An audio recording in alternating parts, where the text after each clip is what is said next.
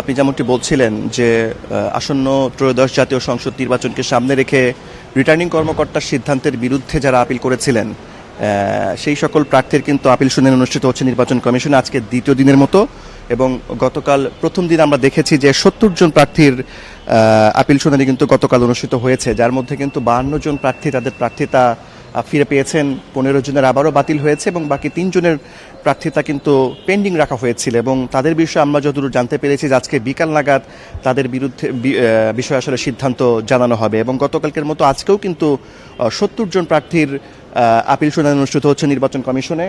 এবং নির্বাচন কমিশন ভবনের সামনে কিন্তু একটা অস্থায়ী বুথ করা হয়েছে, সেখানে কিন্তু যারা আপিল করেছিলেন তারা কিন্তু আসছেন, এখানে অপেক্ষা করছেন এবং নির্বাচন কমিশন কিন্তু সিরিয়াল অনুযায়ী তাদের ডেকে নিচ্ছেন এবং প্রার্থীরা কিন্তু ভেতরে প্রবেশ করে তাদের প্রার্থিতার পক্ষে যুক্তিতর্ক উপস্থাপন করছেন।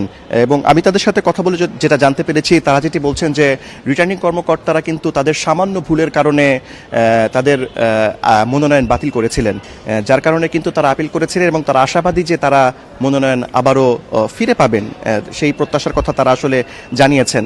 রীতিতে আপনাকে আমি আরও একটি বিষয় জানিয়ে রাখতে চাই যে এইবার কিন্তু মনোনয়ন যাদের বাতিল হয়েছে তাদের কিন্তু ৬৪৫ জন প্রার্থী তাদের প্রার্থিতা ফিরে পাবার জন্য আপিল করেছেন এবং ১৮ জানুয়ারি পর্যন্ত কিন্তু এই শুনানি নির্বাচন কমিশন অনুষ্ঠিত হবে এবং আগামী মঙ্গলবার পর্যন্ত ২৮০ জন প্রার্থীর শুনানি নির্বাচন কমিশন অনুষ্ঠিত হবে। তো সবশেষ যে অবস্থা, আমি নির্বাচন কমিশনের সামনে অবস্থান করছি এবং আপিল শুনানি কিন্তু দ্বিতীয় দিনের মতো আজকে অনুষ্ঠিত হচ্ছে।